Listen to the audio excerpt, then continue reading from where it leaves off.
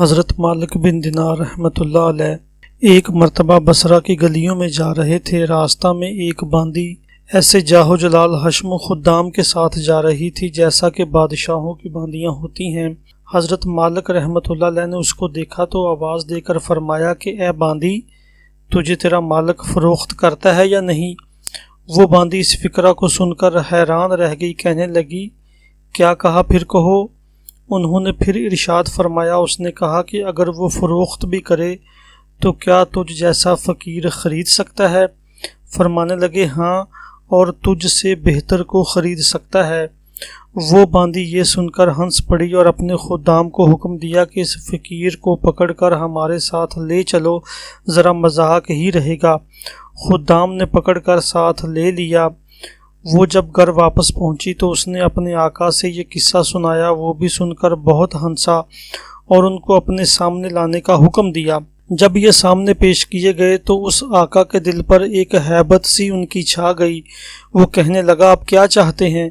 انہوں نے فرمایا کہ تو اپنی باندی میرے ہاتھ فروخت کر دے۔ اس نے پوچھا کہ آپ اس کی قیمت دے سکتے ہیں؟ حضرت مالک رحمۃ اللہ علیہ نے فرمایا کہ میرے نزدیک اس کی قیمت کھجور کی 2 بجی ہوئی گٹھلیاں ہیں۔ یہ سن کر سب ہنسنے لگے۔ اس نے پوچھا کہ تم نے یہ قیمت کس مناسبت سے تجویز کی؟ انہوں نے فرمایا کہ اس میں عیب بہت ہیں۔ اس نے پوچھا کہ اس میں کیا کیا عیب ہیں؟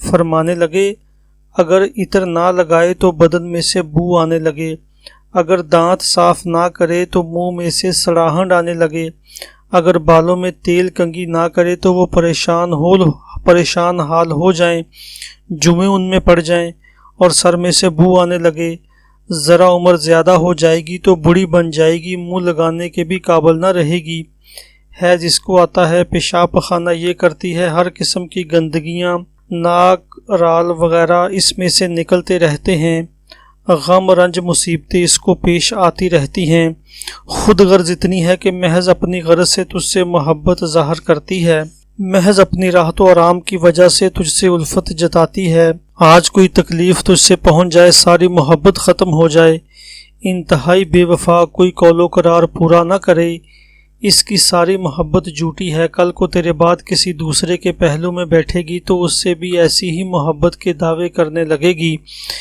میرے پاس اس سے 1000 درجہ بہتر باندی ہے جو اس سے نہایت کم قیمت ہے، وہ کافور کے جوہر سے بنی ہوئی ہے، مشک اور زعفران کی ملاوٹ سے پیدا کی گئی ہے، اس پر موتی اور نور لپیٹا گیا ہے، اگر کھارے پانی میں اس کا آب دہن ڈال دیا جائے تو وہ میٹھا ہو جائے، اور مردہ سے اگر وہ بات کرے تو وہ زندہ ہو جائے، اگر اس کی کلائی آفتاب کے سامنے کر دی جائے تو آفتاب بے نور ہو جائے، گہن ہو جائے، اگر وہ اندھیرے میں آ جائے تو سارا گھر روشن ہو جائے، چمک جائے، اگر وہ دنیا میں اپنی زیب و زینت کے ساتھ آ جائے تو سارا جہان معطر ہو جائے، چمک جائے۔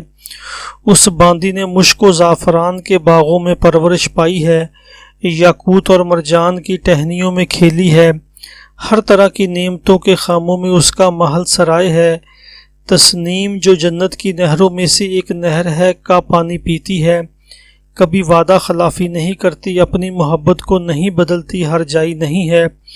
اب تم ہی بتاؤ کہ قیمت خرچ کرنے کے اعتبار سے کون سی باندی زیادہ موزوں ہے؟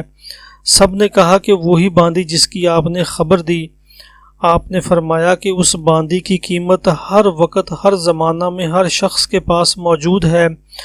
لوگوں نے پوچھا کہ اس کی قیمت کیا ہے؟